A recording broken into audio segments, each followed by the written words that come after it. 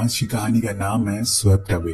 कहानी शुरू होती है एम्बर नाम की औरत से जो कि एक अरबपति है, लेकिन उसे हमेशा से अपने पैसों पर घमंड रहा है। वो अपने से छोटे लोगों को जरा भी इज्जत नहीं देती और यही वजह है कि उसकी ज्यादा किसी से बनती नहीं है। एक दिन एम्बर और उसके साथ वाले लोग प्राइवेट जेट से एक बीच पर जाते हैं और वहां पर ये शिप से कुछ दिन के लिए स्टे करेंगे। अब कैप्टन सभी लोगों से हाथ मिलाता है और उन्हें अच्छे से ग्रीट करता है, लेकिन एम्बर उन्हें ज्यादा भाव नहीं देती है और बिना हाथ मिलाए अंदर चली जाती है। जैसे कि हम उसका नेचर जानते हैं, उसी दौरान हम माइक नाम के आदमी को भी देखते हैं जो उसे शिप में क्लीनिंग का काम करता है। वो एम्बर से कुछ खास खुश नहीं था। उसने आते ही सबको ऑर्डर देना शुरू कर दिया था। अब माइक भी उसके सामान को लेकर उसके पीछे पीछे रूम तक जाता है और फिर वापस जाने लगता है, लेकिन एम्बर उसे रोक कर कहती है कि क्या इस शिप में जिम है। वो मना करता है, लेकिन कुछ देर बाद वो कार्डियो साइकिल ला कर देता है और कहता है कि मैम आप इसे इस्तेमाल कर सकती है। अब ये बात एम्बर को बहुत बुरी लगती है क्योंकि पहली बार जब उसका किसी ने मजाक उड़ाया था वो उस पर बहुत चिल्लाती है और धमकी भी देती है कि वो उसे इसे काम से निकलवा देगी, लेकिन माइक उसे कुछ नहीं बोलता क्योंकि वो थोड़ा समझदार था। इसके बाद वो लोग शिप से थोड़ी दूर पर जाते हैं और वहां ड्राइविंग करने आए थे, लेकिन एम्बर नहीं करती क्योंकि उसे पानी से डर लगता है। वो माइक को अपने साथ बैठने को बोलती है। वापस आने पर वो सभी लंच करते हैं, लेकिन यहाँ भी एम्बर के नखरे खत्म नहीं हो रहे थे। वो कहती है कि लंच बहुत ठंडा है, इसे और गर्म करके लाओ, लेकिन आज चीजें अब माइक के सर से ऊपर जा रही थी और इसीलिए वो गुस्से में आकर जितना भी लंच होता है वो उसके ऊपर फेंक देता है और बाद में उसी भी उठाकर समुद्र में फेंक देता है। लेकिन तभी एक चुटकी बजती है और वो हकीकत में आता है ये बस उसका एक वहम था। अगर उसने ऐसा कुछ किया तो पहले तो उसकी जॉब जाएगी और फिर हो सकता है कि एम्बर उसे बर्बाद भी कर दे। यही कारण है कि वो चुपचाप जाकर अपने दोस्तों को लंच गर्म करने को कहता है। अब ऐसे ही एम्बर के नखरे झेलते झेलते कई दिन हो जाते हैं। फिर एक दिन शिप में कुछ दिक्कत आती तो माइक से कहती है कि उसे फिशिंग करने जानी है। वो उसे बताता है कि मैम ऐसा करना खतरे से खाली नहीं होगा क्योंकि मौसम खराब होते हुए दिख रहा है और ऐसे में बाहर जाना सही नहीं है। लेकिन एम्बर एक नंबर की जिद्दी थी, वो नहीं मानती और कहती है कि मुझे एक छोटी सी बोट चाहिए जिस पर बैठकर हम यहाँ से दूर जाकर फिशिंग कर सकें। तो माइक को एक बोट का इंतजाम करना पड़ता है जिसे लेकर वो शिप से दूर जाने लगते हैं, जहाँ पर उन्हें कुछ मछलियां मिल सकती हैं, लेकिन इन्हें इस बात का जरा भी अंदाजा नहीं है कि आने वाले जितने भी दिन होंगे इनके लिए वो हमेशा के लिए यादगार हो जाएंगे। अब कुछ देर के बाद ये लोग फाइनली उस जगह पर पहुंचते हैं जहाँ से माइक को लगता है कि अब यहाँ पे फिश पकड़ी जा सकती है, लेकिन एम्बर उसे और आगे जाने को कहती है। वो फिर से बोट स्टार्ट करता है, लेकिन अब वो शुरू होने के नाम ही नहीं ले रही थी। कुछ देर कोशिश करने के बाद माइक को पता चलता है कि इसमें तो पेट्रोल ही खत्म हो चुका है। अब जब ये बात एम्बर को पता चलती है तो वो आग बबूला हो जाती है और माइक पर चिल्लाती है। अब इसमें तो माइक की ही गलती थी क्योंकि यार फ्यूल तो चेक करके लाना चाहिए था, लेकिन वो कहता है कि इसमें मेरी कोई गलती नहीं है, इसमें तुम्हारी गलती है। मैंने तुमसे पहले ही कहा था कि मुझे कुछ सही नहीं लग रहा है, हमें वापस जाना चाहिए, लेकिन तुमने मेरी बात नहीं सुनी और अब भुगतो। अब यहाँ वो चुप रहने का नाम ही नहीं ले रही थी, इसलिए माइक खुद ही चुप हो जाता है और साइड में जाकर बैठ जाता है। कुछ देर बाद एम्बर का गुस्सा शांत होता है तो वो उसे बताता है कि हमारे पास अब कोई रास्ता नहीं है सिवाय किसी शिप के इंतजार करने के, अब जो कि इस बोट पर पैडल भी नहीं है जिससे कि हम थोड़ी दूर वापस जा सकें। अब वो दोनों उसी जगह पर बैठ जाते हैं और अब इनके पास इंतजार करने के अलावा कोई चारा नहीं है। ऐसे ही करते करते रात हो जाती है और फिर सुबह, लेकिन कोई फायदा नहीं होता। दोनों ऐसे ही बीच समुद्र में अपनी छोटी सी बोट पर बैठे रहते। अब इन्हें यहाँ पूरे 6 दिन बीत चुके हैं पर कोई मदद के लिए नहीं आया। इन्होंने कई दिनों से कुछ खाया भी नहीं है। जो भी खाने का सामान था एम्बर अपने साथ लाई थी वो तो कब का खत्म हो चुका है, लेकिन जैसे जैसे दिन बीत रहे हैं इन लोगों की दिक्कतें बढ़ती जा रही थी। इसी वजह से एक दिन एम्बर गुस्से में उठती है और माइक पर ही चिल्लाने लगती है। तभी उसे एक बंदूक मिल जाती है पर उसे लगता है कि ये किसी तरह की फ्लेयर है, इसलिए वो चलाने लगती है, लेकिन माइक उसे बताता है कि जो तुम ये समझ रही हो वो चीज नहीं है, लाओ मुझे वापस कर दो। और इसी हाथापाई में गोली चल जाती है जो सीधा बोट पर लगती है, जिससे अब धीरे धीरे इनकी बोट की हवा निकल रही है, जिसकी वजह से एक हिस्सा पानी में डूबने लगा। वेल अभी तक इनकी मुसीबतें कम थी, ये और आ गई थी। उसी रात तेज बारिश होती है और तूफान भी आता है। दोनों उस बोट को पकड़कर जैसे तैसे सरवाइव कर लेते हैं। जब सुबह होती है तो उनकी किस्मत चमक चुकी थी क्योंकि सामने एक आइलैंड था। फाइनली दोनों बोट को हाथ पैर मारते हुए इस आइलैंड तक पहुंचते हैं, लेकिन वहां पहुंचते ही माइक कहता है कि अब एडवेंचर खत्म हुआ। तो एम्बर कहती है कि हाँ, अब तुम्हारा एडवेंचर शुरू होगा क्योंकि जब मेरा लॉयर तुम्हें जेल भेजेगा। लेकिन अब माइक को पता था कि यहाँ से निकलना इतना आसान नहीं है। पहले तो इन्हें लगता है कि जरूर इस आइलैंड पर कोई होगा, लेकिन थोड़ा छानबीन करने के बाद इन्हें पता चलता है कि ये बुरी तरह से एक डिजर्ट आइलैंड पर फंस चुके हैं। एम्बर का ऐसा बर्ताव देखकर वो उसे वहीं छोड़कर अपने रास्ते निकल जाता है और कहता है तुम्हें मेरे से ज्यादा दिक्कत है ना, तो आज से हम लोग अपने अपने रास्ते निकल जाते हैं। वही माइक अब उस आइलैंड पर कुछ हेल्पफुल चीजें ढूंढने लग जाता है जिससे कि उसका थोड़े दिन तो गुजारा हो जाए। शुरुआत में उसे कुछ नहीं मिलता, लेकिन कुछ ही देर बाद उसे एक झोपड़ी मिल जाती है और कुछ बॉटल्स भी, जो किसी इंसान की थी, शायद पहले यहाँ पर वो भी फंसा हो।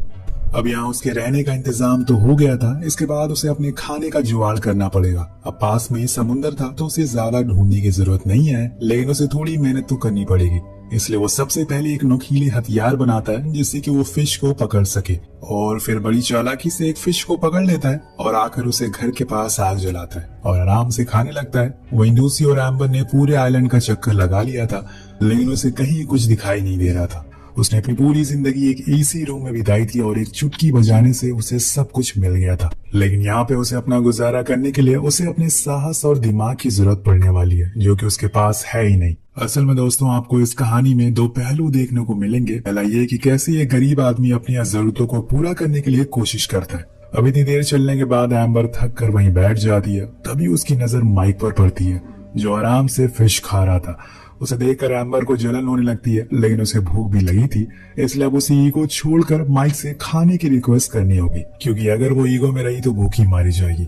वो उसके पास जाती है और रिक्वेस्ट करती है कि एक मछली मुझे दे दो, लेकिन वो मना कर देता है क्योंकि उसमें जो उसके साथ शिप पर किया था वो भी भूला नहीं है, और अब वो इतनी आसानी से उसे खाना तो नहीं देने वाला है। वो जाने लगता है, लेकिन गुस्से में एम्बर उस पर मिट्टी फेंक देती है और यह माइक से बर्दाश्त नहीं होता। वो सीधा एक उसे चांटा जड़ देता है और कहता है कि अगर तुम्हें खाना चाहिए तो मेरी कुछ शर्तें हैं जो तुम्हें माननी होंगी। पहली शर्त कि तुम दोबारा मेरी बेइज्जती नहीं करोगी। दूसरी, यहाँ बॉस मैं हूँ, अगर तुम्हें कुछ चाहिए तो तुम्हें उसे कमाना होगा। तीसरा ये कि अब से तुम मेरे सारे कपड़े धोगी और मुझे मास्टर कहकर पुकारोगी। मतलब दोस्तों, माइक उसे सही बदला ले रहा है। अब एम्बर मान जाती है क्योंकि उसके पास कोई ऑप्शन नहीं था, इसलिए अब उसके सारे काम करने लग जाती है, लेकिन गुस्से में। अब माइक मछलियां पकड़कर लाता है और वो उसे बनाती है। इसके बाद वो उसके कपड़ों को भी धोती है और कुछ दिन ऐसे ही बीत जाते हैं।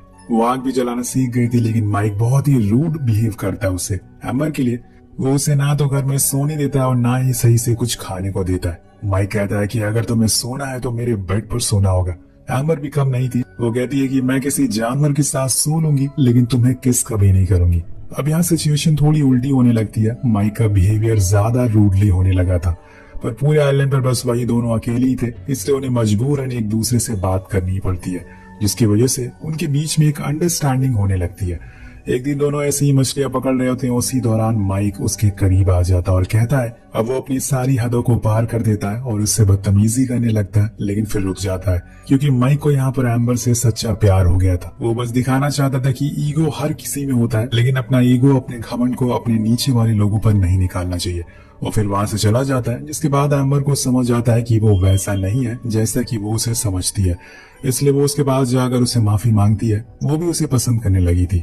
उस दिन के बाद से वो दोनों काफी अच्छे दोस्त बन जाते हैं और सारे कामों को आधा आधा करके बांट भी लेते हैं। लेकिन यहाँ एम्बर को कहीं न कहीं ये समझ आ गया था कि बस पैसा ही सब कुछ नहीं होता, और उन पैसों ने ही उसे घमंडी बना दिया था। अब दोनों हर रोज अपने दिनों को अच्छे से जीना शुरू कर देते हैं। दोनों एक दूसरे के काफी करीब भी आ चुके थे। कहीं न कहीं एम्बर को माइक पसंद आने लगा था। उसे कहता है कि तुमने उस दिन मेरी कितनी बेइज्जती करी थी। एम्बर बताती है कि हर चीज के पीछे एक वजह थी।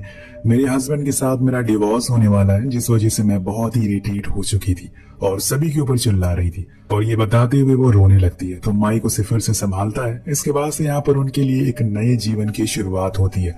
लेकिन एक दिन जब एम्बर लकड़ियां ढूंढ रही थी, तभी उसे एक क्रूज दिखाई देता है, एक शिप दिखाई देता है जो किनारे पर ही खड़ी थी। वो पहले तो आवाज लगाने की सोचती है, लेकिन बाद में रुक जाती है। उसे शायद अब वो दुनिया पसंद नहीं है जहाँ सिर्फ पैसों का मोल है, इसलिए उसने यही रहने का फैसला कर लिया है। लेकिन तभी वहां माइक आता है और उस क्रूज वाले को बुलाने लगता है, पर एम्बर उसे ऐसा करने से रोकती है और कहती है कि माइक प्लीज चुप रहो। माइक कहता है कि लेकिन तुम ऐसा क्यों कर रही हो? तुमने कहा था कि तुम मुझसे प्यार करती हो, मुझे प्रूफ चाहिए। एम्बर कहती है कि मैं आज तक इससे पहले कभी इतनी खुश नहीं थी, इससे ज्यादा प्रूफ मैं तुम्हें क्या दूं? मुझे वापस नहीं जाना है। मैं नहीं चाहती कि हर रोज मुझे कोई जज करे। माइक कहता है कि अगर तुम मुझसे प्यार करती हो तो दुनिया में कहीं भी प्यार करती रहोगी। एम्बर उसे समझाती है कि अगर हम उस दुनिया में गए तो हम लोग अलग हो जाएंगे। प्लीज ऐसा मत करो, मुझे तुम्हारे साथ रहना है। I love you. लेकिन माइक बार बार कहता है कि मुझे प्रूफ चाहिए, मैं जानता हूँ कि तुम बदल जाओगी। खैर अब ये लोग उस क्रूज पर बैठ जाते और इस बारे में एम्बर के हस्बैंड विकी को भी बताया जाता है, तो वो भी फौरन पोर्ट पर आता है एम्बर को लेने के लिए। लेकिन जब वो माइक को जिंदा देखता है तो उसे थैंक यू कहता है, क्योंकि उसने उसकी वाइफ को इतने दिनों तक बचा कर रखा। लेकिन यहाँ माइक एम्बर को देखकर एक हल्की सी स्माइल देता है और फिर वहां से चला जाता है। शायद उसे ये पता चल चुका था कि अब वो दोनों साथ नहीं हो सकते, या फिर उसने यहाँ आकर गलती कर दी। ये सब तो उसे आगे जाकर पता चलेगा। अब यहाँ से वो एक बार में जाता है, लेकिन तभी वहां पर एक आदमी आता है जो विकी का आदमी था। उसके हाथों में पैसों से भरा हुआ बैग था जो विकी ने दिया था माइक को देने के लिए। ये एक तरीके का इनाम था, क्योंकि उसने उसकी वाइफ की जान बचाई थी। लेकिन माइक उस आदमी को धक्के मार कर वहां से भगा देता है, लेकिन वो आदमी बैग वहीं छोड़ देता है। और जब माइक उसके खोलता है तो उसमें पैसे भरे हुए थे, जिसे लेकर वो जाने लगता है। पर बीच में उसकी नजर एक शॉप पर पड़ती है जहाँ पर काफी सारी एक्सपेंसिव रिंग थी। माइक उन्हीं पैसों से एक रिंग लेता है, यानी कि उसने फैसला कर लिया है कि वो एम्बर से शादी करके रहेगा। और इसीलिए वो उसे कॉल लगाता है। एम्बर से कहता है कि मैं तुम्हें बहुत मिस कर रहा हूँ। वो कहती है कि तुम्हें जो भी फैसला लिया है मैं वो करने को तैयार हूँ, बस वो हमारे लिए सही होना चाहिए। अगर तुम चाहते हो कि हम दोनों साथ रहें तो एक लेटर लिखो, मेरे होटल के रिसेप्शन पर छोड़ दो एम्बर के नाम से। तो वो मान जाता और फिर वो उस लेटर में लिखता है कि मैं तुम्हारा कोस्ट गार्ड पर वेट करूंगा, जैसे ही तुम्हें ये लेटर मिले अपना सामान लेकर यहाँ आ जाना।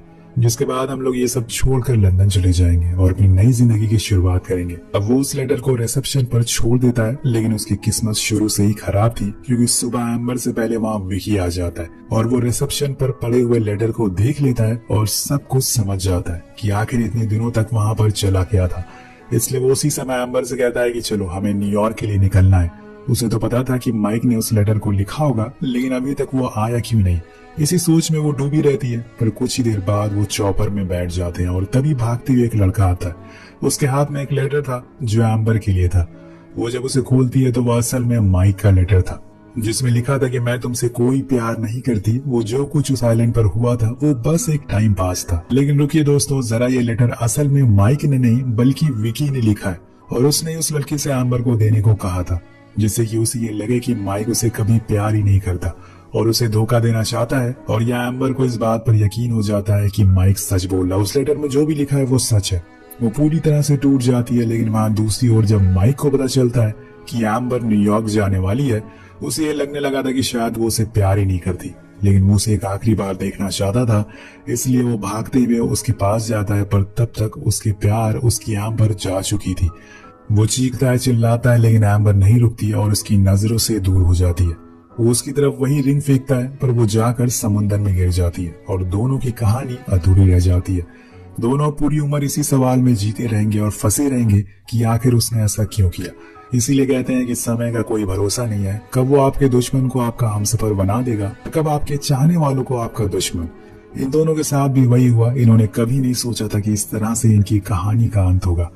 तो आपको इनकी कहानी कैसे लगी नीचे कमेंट करके जरूर बताओ।